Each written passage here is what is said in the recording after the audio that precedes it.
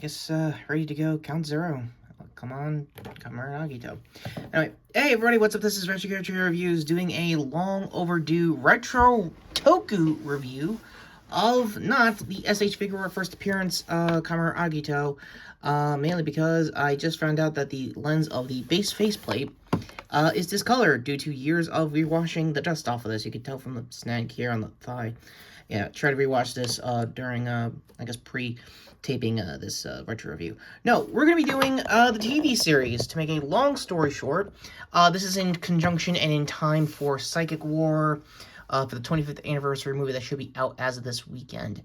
Speaking of said project, I believe, I haven't heard any of the reviews so far for any Japanese viewers that saw the movie. So again, also another thing to notice is that it's going to be during Showa week. It's their version of, I think, Japanese Memorial Day, among a handful of all holidays. So again, don't know the total box office yen wise in their home country. So with that being said, some other I guess Psychic War announcements before we get to the retro review of episodes 1 through 7. I know 8 was already out on Tokusatsu World, but there's a reason why, because there's a story arc going on with Hojo taking over for the G3 unit. We'll talk about the characters in a sec. Speaking of the G3 system, G7, that Hikawa, if I got his name right, is going to be operating in the movie itself, is getting a figure arts release and a complete select driver, CSM. So long story short, those will be out probably next year. I think there's pre-orders already out. I'll leave the Team Rider link down below if there's still any chances at pre-ordering this now, because not for nothing, I know my blotchy photos ain't doing it justice, both on my feed and this. It looks good. If you check their socials, I hope it's better in person, not for nothing. So with that said, let's breathe tension into Agito itself. What's there to say about a now 25-year-old follow-up to Kuuga that I haven't already mentioned here much on the channel? And I do mean much. I actually did I think one of the earliest things I did for the channel was a what if Kuuga was still planned out to be the sequel series with, like, Kuuga coming back and everything, as far as Yusuke goes. Well, unfortunately, let's get to another thing in the announcements that we're going to be using as a backdrop. Soichi, he's also getting an unhinged figure also. I think pre-orders are almost done with that as well. Again, I don't know when exactly it's coming to Bandai USA. However, it makes a good analog to his character. Essentially, he's going to be a guy that doesn't really know much about himself. The memory loss is like the big draw for this main rider, and you can definitely tell as time went on throughout the season.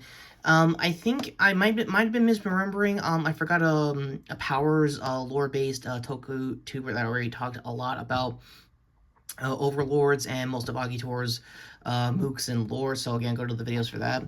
I believe that it's when he gets to, like, his complete forms, either it's shining or burning, that the memories do come back or loses it again, kind of stuff. It's one of the handful of subplots that is showing its age and was kind of annoying for this character. Outside of that, Shuichi's a hell of a cook.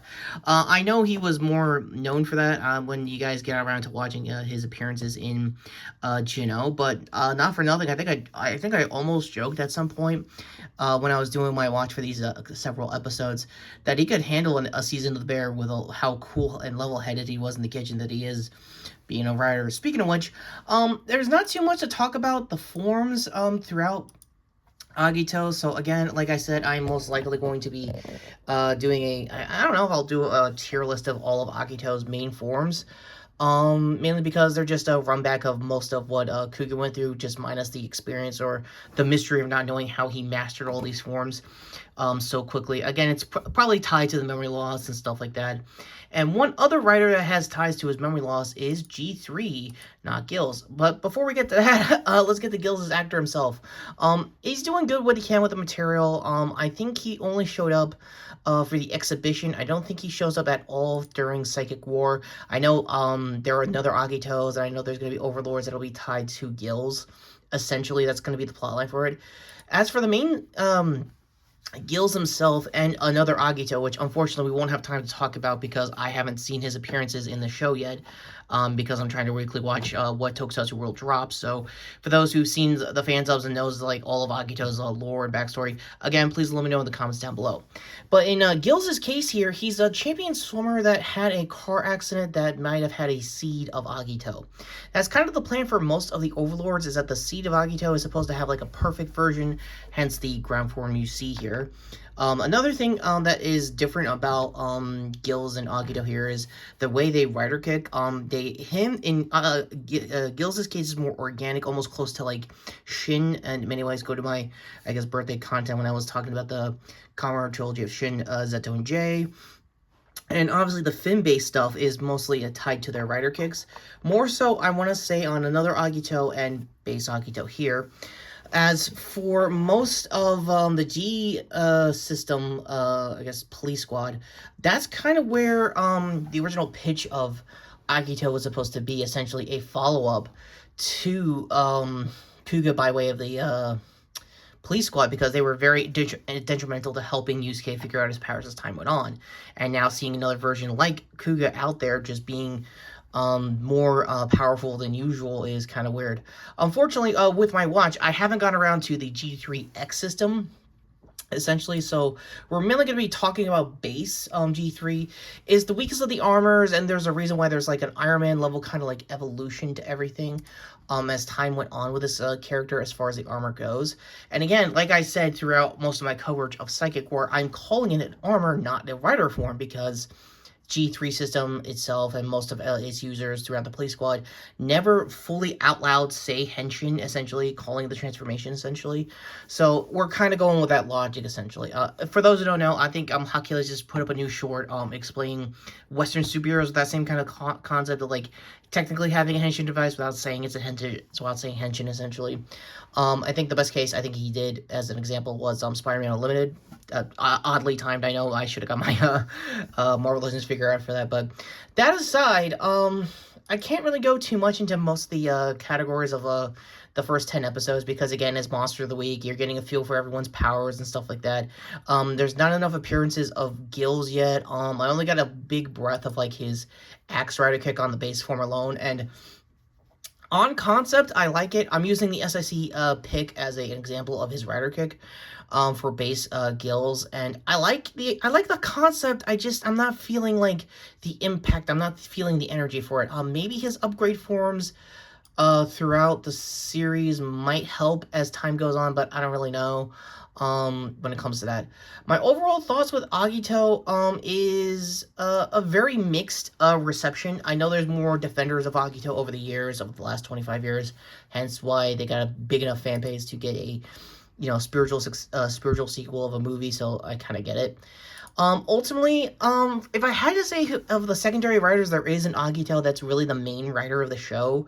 I know it's a Weibo era like trope, but if I had to put it in Heisei era colors, I want to say it's G3. It has a more serialized police squad kind of aspect, drama that most of the viewers are looking into after kuuga. You kind of get a better idea of Hawata's story, and when it comes to being a follow-up to this police squad that was mostly in charge of the unidentified life forms, now just unknowns, pre them knowing the Overlord's like entire lore and backstory. Also, no spoilers so far for the big bad of the actual series, because he's still developing and growing in kind of like an Omen situation. The more about that, I highly recommend Easy Rider's old video describing the main series, because I think he got around to the other ending everything. I don't know what fan subs he had back then, so again, let me know in the comments if those are still active, if anything else. So that's kind of it. My overall thoughts for not just the new movie and obviously the series itself when it comes to Agito. I can see the fan base. I can see how people have loved this writer as time went on throughout the years and now decades. And honestly, I'm willing to listen. I'm willing to try, and more importantly, like I said earlier, if there is a writer I would try my best to cosplay the hardest would be, yeah, obviously G3. I know I didn't get around to Hojo and most of like the police squad, but Hojo is basically like the pseudo, like I'm like rival trying to take your job kind of dude. And again, Easy has done a great job explaining that in the early days of his channel. So again, more on that in the full review. But yeah, let me know what you guys think of Kamen Rider Agito. Are you watching the Tokusatsu World's broadcast of all the new episodes? Would you guys would have waited if I did another week and just give it a full 10 episode run? Let me know in the comments down below. I know I'm generalizing what is essentially the beginning arc. I know there's characters I'm missing, especially on Soichi's end. With the family he's with, and one of the kids ended up being a huge player in Kamen Rider. If you know, you know. But with all that said, go to my probably going to need a upgraded Agito here to the shorts playlist for my previous content, and almost a falling down kuuga, by the way, to base for me to see my previous video, which was obviously talking about some DC news earlier this week. Oh, quick reminder, I am going to be watching Mortal Kombat 2 hopefully this weekend. My schedule at work got a little messy, so it might be a late weekend review, so I'll let you guys know in advance if anything happens. With that all being said, take care, subscribe, and yeah, I'm not going to get memory loss after this review, right? Right? But with all seriousness, happy anniversary, Agito, and here's hoping that the new movie, well, Rider Kicks slaps, whatever's the Agito equivalent of being really good. Let's hope, if anything else.